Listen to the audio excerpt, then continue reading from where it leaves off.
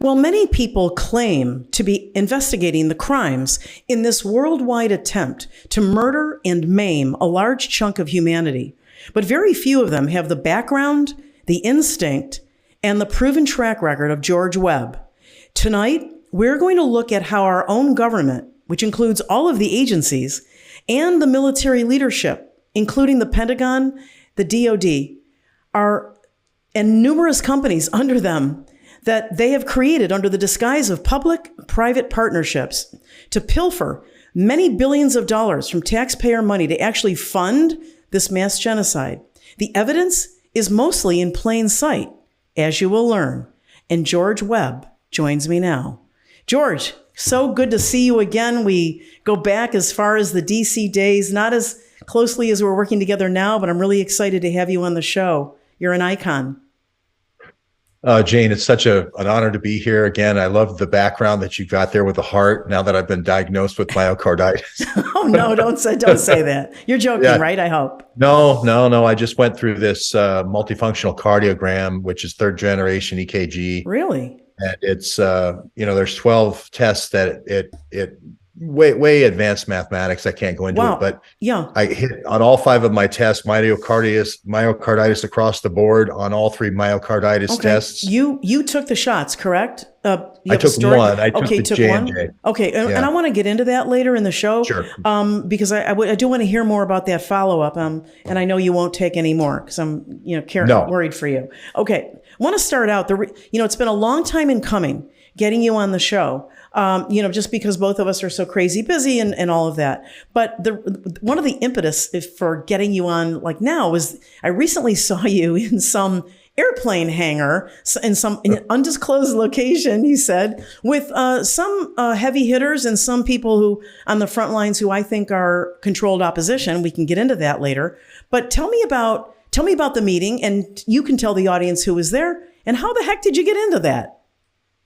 Sure. It comes out of this multifunction cardiogram where people have private jets or public aviation, where it's not like the airlines where you get the EKG testing every 6 months. And now you're flying to Davos. You're going to go hear Greta Thunberg talk about climate change. You're going to fly across the whole Atlantic Ocean, right, with your G6. And that's no carbon footprint there at all. None. Okay, so you got to go see Greta, but you're afraid that your pilot now being vaccinated is going to have a heart attack, and there's not a double up system like there is in the commercial. So there's single point of failure here, and they're actually asking this gentleman, Steve Yoder, who put this event on, for unvaccinated pilots. Can you get me a NetJets pilot or whoever that's unvaccinated? That's what this meeting was about? Yes. And Steve Kirsch was the person who kind of was the impetus from this, saying, hey, we should be testing the pilots, especially these private pilots. He wasn't thinking about the Davos, jets going to see Greta. But so he was kind of the person who said we should do this. Steve Yoder was on stage with him. So Steve had this thing at the Jacksonville Executive Airport. How many people were there? It was a small group. I would say about 25.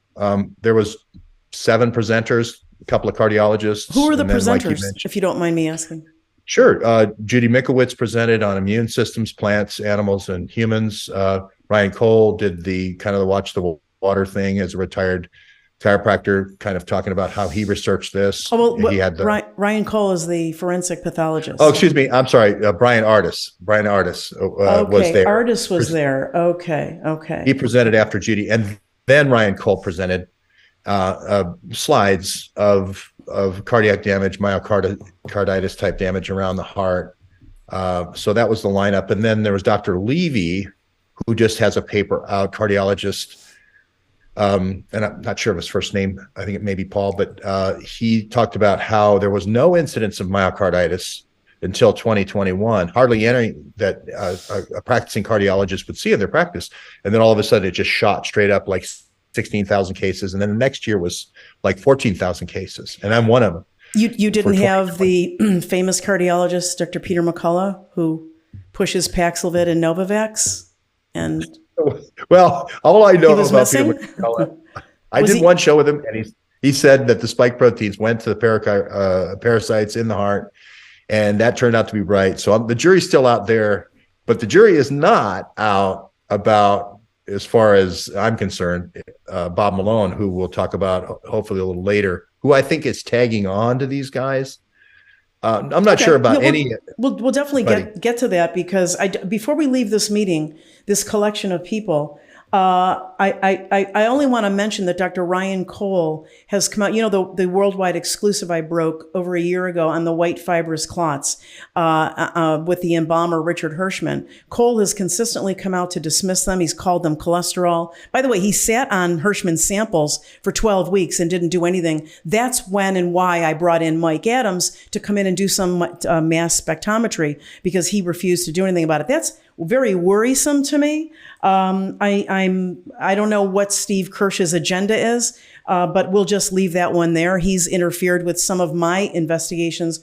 He's diluted some of my witnesses when I've brought in other embalmers. So I've had a really challenging time with that, and he's never reached back to me. So, and without getting into that, but that's a fascinating lineup. Who was the organizer, if you don't mind me asking? Steve Yoder, the attorney, runs the attorney. Freedom. Yeah. Well, he's are you pilot, talking about Josh Yoder from Freedom Flyers? Oh, I'm sorry. I keep saying Steve Yoder. I groomed a guy, not in the pedophile way, but to be the CEO of Webb Trends, and his name was Steve Yoder. Oh, okay. So it got stuck in your head. Okay. Yeah, Josh Yoder. Yeah, because there is a Steve Yoder who's an attorney in this fight, but I don't believe they're but Josh Yoder is the founder of U.S. Freedom Flyers, and he's an American Airlines pilot on leave, I believe. So anyway, a great American. Yes, he is. So Steve Josh Kirsch, Yoder. Okay. Yeah. Now, the interesting thing is, when I first heard about this story about the clotting, just to get it on the record. The white fibrous clots, let's keep that separate from blood clotting that does occur from the shots. Correct. The sort of calamari clots, the longer calamari clots, or whatever you want to call them. The first person who broke that story was Dr. Jane Ruby. And I flew to West Palm Beach to meet with her to get as much information as I could. And I did the whole drill down on the background and the whole thing. And she passed with flying colors. And so I went a second time, and we met a second time. Correct. I was shocked when Stu came out and you weren't in the credits. Just saying. Of the documentary Died Suddenly. This has been a huge issue. The public has noticed it. And I believe Mike Adams came out with a huge story saying, where's Dr. Jane Ruby? That I'll have to leave that. I don't know why. That question goes to the documentary filmmakers and Stu Peters. But I was the story. There's no question about that. So thank you for the only reason I mention it is just to get it on the table, total transparency. I'm not hiding anything. I went right to the source as soon as I heard about the story. So, and there was 2019 clips in the thing, which were pre-COVID. And so all I'm saying there is I know Jane Ruby was not a part of that. Yeah, so. No, if I had been consulted at least as a background consultant, since it was my story, and I don't mean that in an ego way, but whoever is first is early. And so why wouldn't these other doctors want to probe and talk to me? Some did. Some put me on their Zooms, things like that. But these frontliners who come out now, even Dr. Malone, the other day with someone named Stasha Stone, did a taping and started talking about how they were cross-linked and they were what the material was. To my knowledge, he has never been given samples, and he doesn't have any capability to examine it under microscopy, mass spectrometry, and the chemical processes that Mike Adams put them through, exposing them to lactic acid to see how they behaved, things like that. I don't know of anyone else who's done that, but yet there's so many experts out there who think they know, and they're telling the public. But I listen, George, I listen to what they're saying when they tell the public what they think they know about these white fibrous clots. And it's not right. They'll say, you'll use terms like amyloid or, human, or it's part of the blood vessel. Those have all been ruled out. They have nothing to do with human blood. In fact, chemically, from the metals in them, they're the extreme opposite of human blood. But anyway, thanks for, bringing that up. And we do want to start. One postscript to this is at that event that I'm talking about with Josh Yoder, Ryan Cole did pass around a clot sample in a sample jar. So if this could be the story, somebody's feeding them the wrong information to get you away from your story, which was more the blood-based clotting. So we'll see. Yeah. I'll just leave that there right now. Yeah, just for the public's edification, there are two types of clots we're talking about. The shots have been, connected to and should be with micro clotting that eventually then throws a clot that someone gets a heart attack or a stroke from. But that's not what we're talking about. What is also happening, never before seen before 2021, is embalmers pulling out these white fibrous clots. They're not coming out of the bronchial tree. That's a totally different illness and not made of the same material. We've already ruled that out. But these are coming originally from veins. Malone said recently in that interview they were coming primarily from arteries. They were very rare in arteries, Hirschman said, when he first started to pull them out. They were coming out of veins. Eventually they were being pulled out of both the arteries and veins. But anyway, I don't want to take away from the story, but it was important, but interesting meeting that it's always telling, George, who isn't in a meeting like that. Well, I kind of crashed the meeting. Wouldn't crash the meeting, but it was on the down low, and I got in as the kind of secret investigative reporter. But I was up front and let them all know. But these people are all part of huge mega view documentaries, and that's why it's important to get the story and drill down. Yeah. Watch the Water, 12 million views, died suddenly, 12, 14 million views.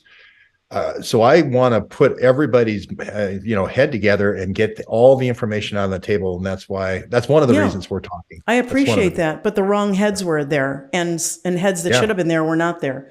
Let's go to the meat of tonight's show, which is, and we'll have another discussion about Dr. Malone, because some breaking news that you and I just got before we went to airtime. But I want to talk about this evidence that you've come up with, because it ties in with a lot of the work that Sasha Latipova from Team Enigma, attorney Todd Callender, and a host of other experts, that this is a U.S. government, whatever it turned into, our government's gone. They've subsumed all the alphabet agencies. They work through the DOD. This is a DOD operation to take out Americans. And I want to first talk about let's start with the PrEP Act. Most people are familiar with it.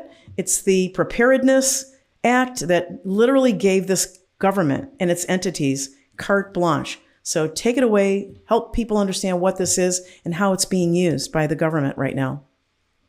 Well, the full flight of the arrow here really goes back to 9/11 and before 9/11 and being ready for a bioterrorism attack. So you had a series of live exercises called Dark Winter by James Woolsey in 2002 after the anthrax attacks with Robert Cadleck. And then they were all pushing for a sort of a bioagents act, like let's prepare for all the bioagents that came out of the old Soviet Union, all the bioweapons. Let's prepare these countermeasures. So it was a countermeasures type funding bill. So there was the BioShield Act of 2004. Of course, we had a few breakouts to encourage us, a few Pearl Harbors to encourage us to do this. Right. SARS 2003 with, Matt Pottinger and Henry Kissinger. SARS 2004 again. To encourage us all to do this BioShield Act. So we passed that. And then the PrEP Act is really the funding of the countermeasures. So this is when all of the people like Michael Callahan of DARPA go to all of these 6 major bioweapons factories in the Soviet Union. They bring all the scientists and bioagents to Odessa in 2005. And so they're setting up this kind of testing against plants, animals, and humans for all the full refrigerator full of all the things that were in this Soviet bioweapons program, which is called BioPreparat. Ken Alabek ran that and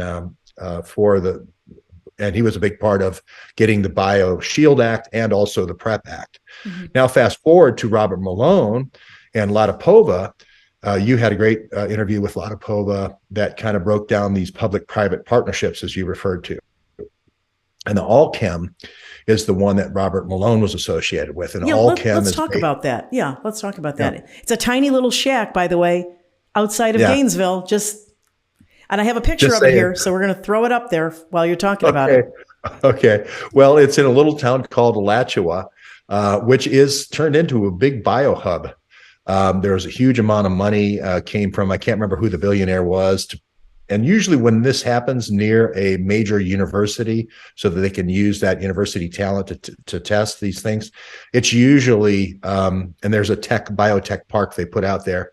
It's usually because they're bringing over a whole bunch of people that have shady visas, that they couldn't get in any other way.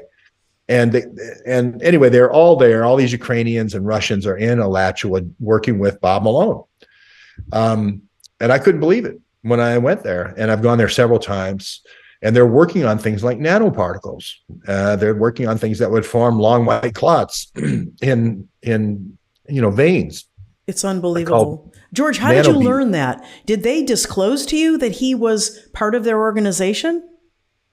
No, I actually read a Washington Post article about Bob Malone talking about him at Alchem as a chief medical officer, evaluating natural solutions to coronavirus in January of 2020. And he was the key guy. He was the key guy at the switch that would determine whether HCQ, hydroxychloroquine, or ivermectin would be okay as a treatment. And if you have a drug that's available, that's repurposable, that already has clinical trials behind it, you don't get emergency authorization. You don't get mRNA. Correct. Yeah. Correct. So that was an illegal move. They just did it though, George. Yeah. Well, the key guy at the switch, people, you can read the Washington Post article. The key guy at the switch was Bob Malone, chief medical officer at Alchem. Robert, let's call him Robert Malone. I'm sorry, the way the public knows him, because it kind of throws me off a little bit. He goes by the name Robert Malone, and that's how they know him. And I just want to make sure people know this is him, right? Yeah, Dr. Robert Malone, yes. Okay, just want to be sure. Chief medical officer of Alchem, and he is at the switch. I mean, he literally is the last. He's like the safety on the football team. He's the last stop before runaway mRNA vaccines are approved in America. And instead of he had evaluated HCQ previous in his career. I think it was with the Zika trial, or it could have been with the Ebola trial that he did with Michael Callahan. And he had also evaluated ivermectin. And he had given him glowing reviews for both of those. So why all of a sudden, now that he's the last guy on the train station here with the switch, mRNA yes, mRNA no, he flips the switch for yes, let's do the emergency authorization, these things.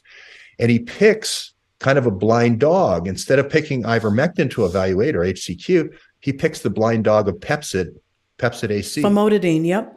Yep. And that's what he picks. And so it's a blind dog. We know it's going to end up going nowhere. It's going to make Trump look bad. And we get the mRNA. So it really is surprising to me after that, when he came out like he's against the mRNA vaccine. He was the guy who threw the switch for mRNA vaccines. George, who do you think this guy really is? I think he's been working a long time with Big Tobacco. Vapor Bar is one of his key partners. Virginia Bio is all the Virginia Bio organization that he's like a fixture in, is all about Big Tobacco getting into Big Pharma, getting into pharma. And what does that mean? Like, what does it mean? They're going to go into drug development, or they're going to move to, or like sort of make the tobacco industry more medical? Yes. You could actually grow vaccines. We visited several. You can grow vaccines in the tobacco plant. You can grow bioagents in the tobacco plant. You can grow countermeasures in the tobacco plant. And if you're cut back, if your revenue, if you're Philip Morris in Holland, your revenue is being cut back on smoking, you go to what? Vaping. Okay. Right. So vaping doesn't have as high a temperature as smoking. So what you do is then you use what? A polyethylene glycol bubble around your vape load, and that goes into the lungs. It's the same exact process as the virus and the vaccine that Bob Malone developed. And his Vapor Bar partnership, he also has a partnership with Leidos, because as you know, when it goes into the lungs, it leaves residuals, much like tar and cigarettes. So that can be seen in a scanner, a Leidos scanner that you go through in the airport when you go fly. Alchem is also doing synthetic tobacco. The FDA has ruled that all vape in tobacco vape has to be synthetic now. So it's all Bob Malone, all Alchem all the time. George, have you ever heard from him or his lawyers? Because you know well, most of the public knows he's suing me for $25 million for defamation. And one of the major things in the complaint, which he publicly posted in his own Substack, was that he had an issue with me associating him with the CIA. In spite of the fact that in many interviews, and I'm sure you know this, I could quote it verbatim, he's said it so many times, that on January, I believe it was 5th or something, 2021 or 2020 possibly, he said, I got a call from CIA director Michael Callahan at the Wuhan lab to, quote, get my team spun up because there's a new virus. Now, he said that many, many times. That caught my eye. You're in association. So I'm not trying to litigate the case here by any means. My lawyer would kill me. But let me just say, you're tying together here some things that are critical. You've mentioned Michael Callahan at the Wuhan lab. Let's tie that in with what you have learned about Dr. Robert Malone, Alchem, this whole movement with tobacco. Tie that together for us. Sure. Well, so I've never said Robert Malone is in DTRA, which is the Defense Threat Reduction Agency. That's the key agency that does the countermeasures. That's the key kind of beneficiary. And then also BARDA spun out of that as well. Rick Bright's BARDA spun out of that as well. So I've always said there on the vaccine side, Bob Malone addressed the WHO 10 years ago on all the different, the progression of vaccine and how we should be moving toward mRNA 10 years ago. So he was one of the biggest proponents of mRNA in front of the WHO. So the leopards are not allowed to change their spots in this game. Right. Michael Callahan is on the other side. Michael Callahan is on the DARPA side. The DARPA side is typically the people who do what they call live exercises for the U.S. State Department. The U.S. State Department does these live exercises through a program called USAID Predict. Literally, they can predict what kind of things are going to be released because they're in the business of doing that. And the idea is you release an attenuated virus, and you go through all the steps you would go through in a outbreak response, so that you're readying your response level. So if the Ebola outbreak happens in Ghana, you would build a BSL lab in Ghana, or whatever. And what the result of these little live exercises have been is we built these BSL labs all over the world, not only the former satellites of the Soviet Union, but also all over Africa and the Middle East. And these are level 4 biosafety labs, which are the highest, and we have these universities that are involved in them, and they don't even have half the security infrastructure. George, we're going to have to break in this segment, but this has it's just heating up and getting super interesting. When we come back, we're going to continue on with investigative journalist and reporter George Webb. And we're also going to talk with him about some breaking news that he and I both got about Dr. Robert Malone. So don't go away.